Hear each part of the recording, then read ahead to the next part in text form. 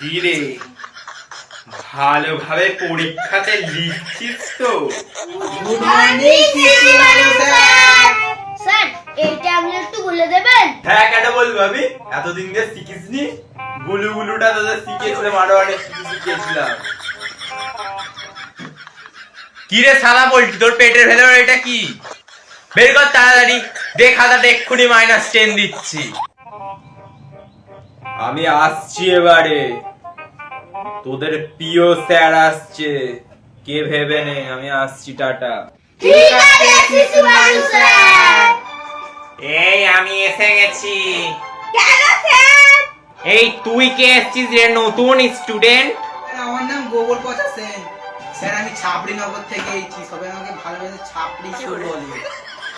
এই পরীক্ষার এবার টাইম শেষ হয়ে গেছে, সবাই খাতাগুলো তাড়াতাড়ি দে।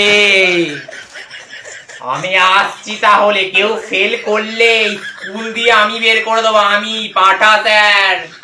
আর 5 থেকে পারমিতা, তুই যদি একবারও আজ যদি 5 দিস, এখান দিয়ে তোকে বের করে দেবো আমি। বিস্কুট তো পারবো তো পারবে। কি হলো? স্যার ছিল পারতে পারিনি। কি সেন, হ্যাঁ কি স্যার? একটুখানি ব্যাগে ভরে দিবি তো, নিয়ে যাবো। সরি 5 টাকা দিতে হবে। ঠিক আছে, আমি 10 টাকাই দেবো, তুই দিস কিন্তু। ঠিক আছে, আর ফুচকাও খাবো। ঠিক আছে, যা বলবি তাই, ফুচকা খেলে কিন্তু একটু বেশি করে দিস।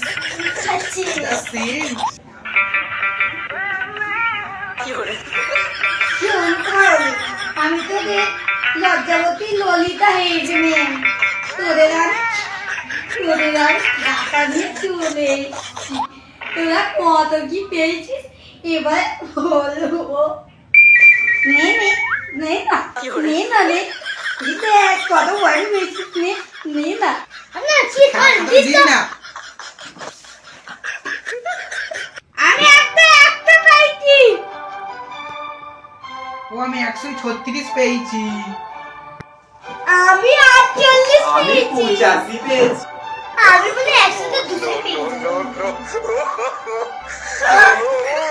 দাদা বলছিস খাতু, তোদের বাড়ি আমি পোলট্রির বিরিয়ানি খেতে যাবো, ঠিক আছে? কেন তুই তো ফার্স্ট হয়েছিস তাই।